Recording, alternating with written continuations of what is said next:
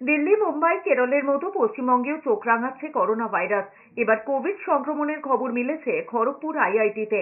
অন্যদিকে পুরুলিয়ার সরকারি মেডিকেল কলেজের অধ্যাপক দম্পতিও সংক্রমিত হয়েছে বলে খবর। খড়গপুর আইআইটিতে এক পড়ুয়ার করোনা আক্রান্তের খবর পাওয়া গিয়েছে। পশ্চিম মেদিনীপুর জেলা স্বাস্থ্য দপ্তর সূত্রে খবর, ওই পড়ুয়াকে ভর্তি করা হয়েছে আইআইটি খড়গপুরের বিসি রায় হাসপাতালে।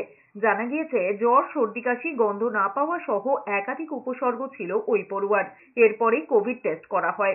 জেলার মুখ্য স্বাস্থ্য আধিকারিক সৌম্য শঙ্কর সরঙ্গী বলেছেন, জেলা প্রশাসনের নির্দেশে জেলা স্বাস্থ্য দপ্তরের তরফে প্রয়োজনীয় সমস্ত ব্যবস্থা গ্রহণ করা হচ্ছে। সেই সঙ্গে সাধারণ মানুষকেও মাস্ক ব্যবহার করতে বলা হচ্ছে, দূরত্ব বজায় রাখার পরামর্শ দেওয়া হচ্ছে। এদিকে করোনায় আক্রান্ত হয়েছেন পুরুলিয়া গভর্নমেন্ট মেডিকেল কলেজ এবং হাসপাতালের অধ্যাপক দম্পতি। পুরুলিয়া গভর্নমেন্ট মেডিকেল কলেজের ক্যাম্পাসে নিজের আবাসনেই আইসোলেশনে রয়েছেন ওই দম্পতি।